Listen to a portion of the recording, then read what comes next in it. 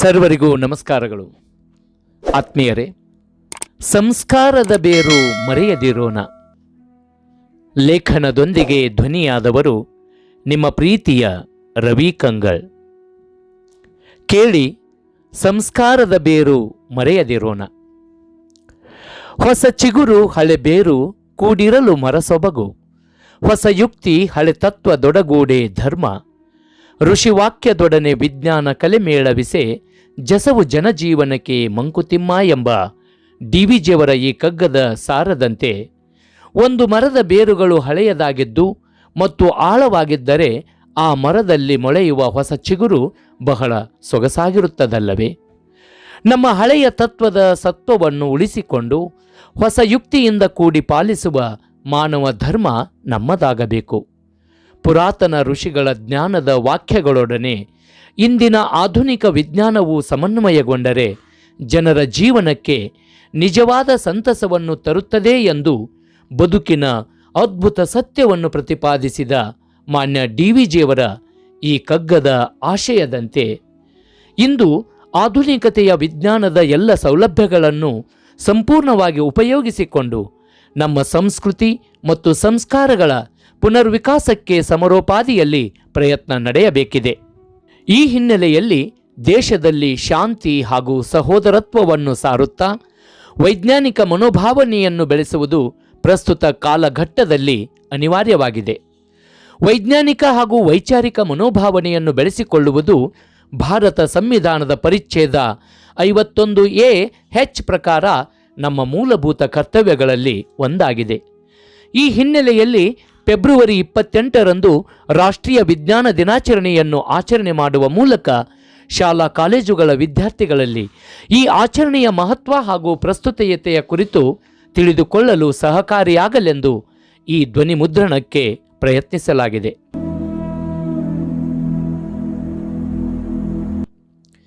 ಪ್ರತಿ ವರ್ಷ ಫೆಬ್ರವರಿ 28ನೇ ದಿನಾಂಕದಂದು ರಾಷ್ಟ್ರೀಯ ವಿಜ್ಞಾನ ದಿನವನ್ನಾಗಿ ಏಕೆ ಆಚರಿಸಲಾಗುತ್ತದೆ ಎಂಬ ಪ್ರಶ್ನೆ ಸಹಜವಾಗಿ ಕಾಡುತ್ತದಲ್ಲವೇ?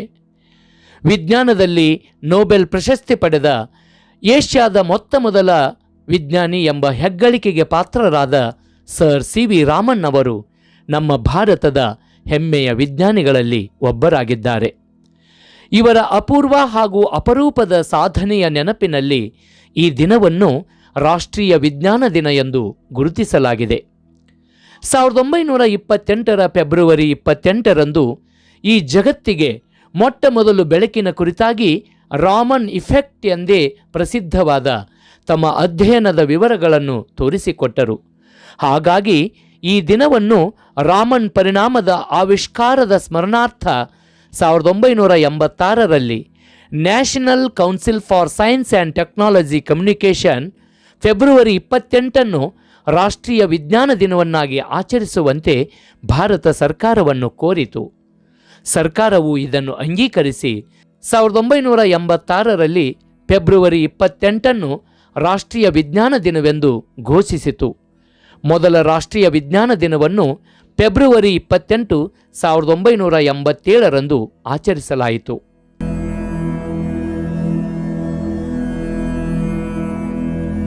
Sir CV. ರಾಮನ್ ಅವರ ಕುರಿತು ತಿಳಿಯುವುದಾದರೆ, ಸರ್ ಸಿ.ವಿ. ರಾಮನ್ ಅವರ ಪೂರ್ಣ ಹೆಸರು ಚಂದ್ರಶೇಖರ್ ವೆಂಕಟರಾಮನ್.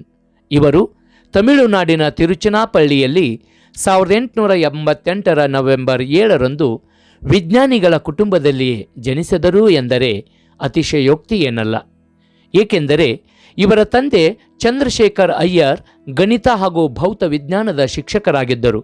ಹಾಗೆ ನೊಬೆಲ್ ಪ್ರಶಸ್ತಿ ಪಡೆದ ಮತ್ತೋರ್ವ ವಿಜ್ಞಾನಿ ಸುಬ್ರಹ್ಮಣ್ಯಂ ಚಂದ್ರಶೇಖರ್ ಅವರು ಸಿ.ವಿ. ರಾಮನ್ ಅವರ ಸ್ವಂತ ಅಣ್ಣನ ಮಗನಾಗಿದ್ದರು.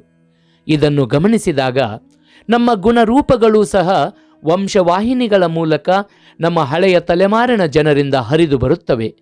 ಯಾರಿಂದ ಯಾವ ಗುಣ, ಯಾರಿಂದ ಯಾವ ರೂಪ ಯಾರಿಗೆ ಬರುತ್ತದೆ ಎಂದು ಹೇಳುವುದು ತುಂಬ ಕಷ್ಟ.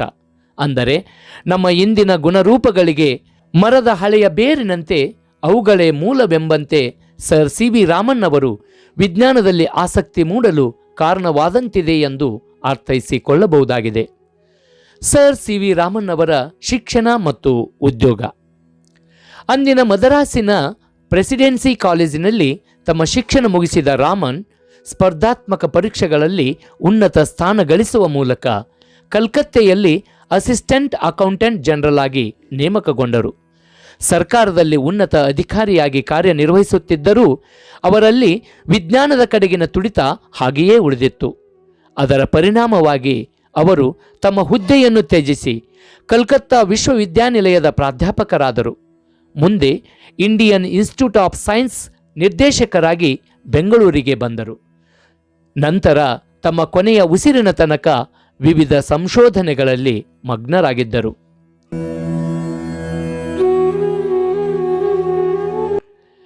ರಾಮನ್ ಪರಿಣಾಮ ಎಂದರೇನು?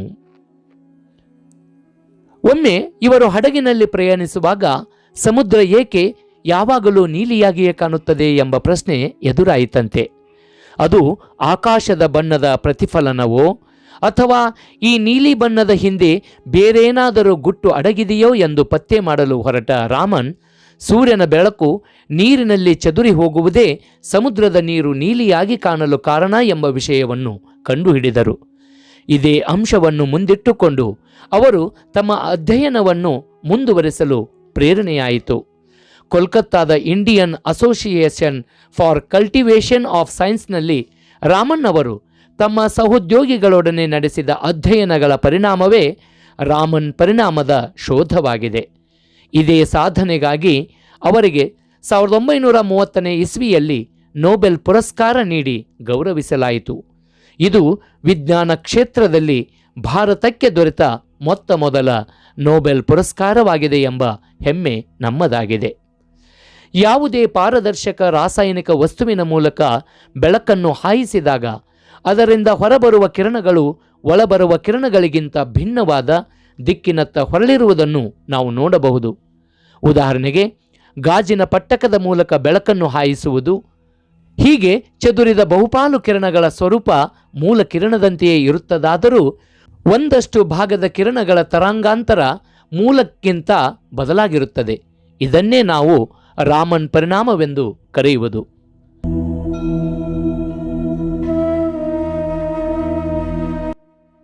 ರಾಮನ್ ಅವರಿಗೆ ದೊರೆತ ಗೌರವ ಪುರಸ್ಕಾರಗಳು: 1924ರಲ್ಲಿ ರಾಯಲ್ ಸೊಸೈಟಿಯ ಫೆಲೋ ಪ್ರಶಸ್ತಿ, 1929ರಲ್ಲಿ ನೈಟ್ ಬ್ಯಾಚುಲರ್, 1930ರಲ್ಲಿ ಭೌತಶಾಸ್ತ್ರದಲ್ಲಿ ನೊಬೆಲ್ ಪ್ರಶಸ್ತಿ, 1954ರಲ್ಲಿ ಭಾರತ ರತ್ನ, 1957ರಲ್ಲಿ ಲೆನಿನ್ ಶಾಂತಿ ಪ್ರಶಸ್ತಿ, ಹಾಗೆ 1957ರಲ್ಲಿ ಫೆಲೋ ಆಫ್ ರಾಯಲ್ ಸೊಸೈಟಿ ಪ್ರಶಸ್ತಿಗಳು ಸಂದಿವೆ.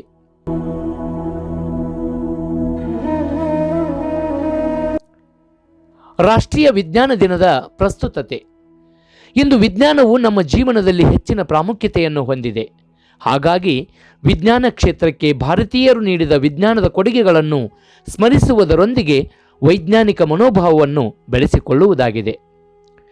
ಇಂದು ವಿಜ್ಞಾನವು ಉತ್ತಮ ಉದ್ಯೋಗಾವಕಾಶವನ್ನು ಒದಗಿಸುವುದು ಮಾತ್ರವಲ್ಲದೆ ನಮ್ಮ ದೈನಂದಿನ ಜೀವನದಲ್ಲಿ ತುಂಬ ಉಪಯುಕ್ತವಾಗಿದೆ. ಅದು ನಮ್ಮ ಜೀವನವನ್ನು ಪರಿವರ್ತಿಸುತ್ತದೆ ಮತ್ತು ಯೋಚಿಸಲು ಹೊಸ ದಿಕ್ಕನ್ನು ಒದಗಿಸುತ್ತದೆ.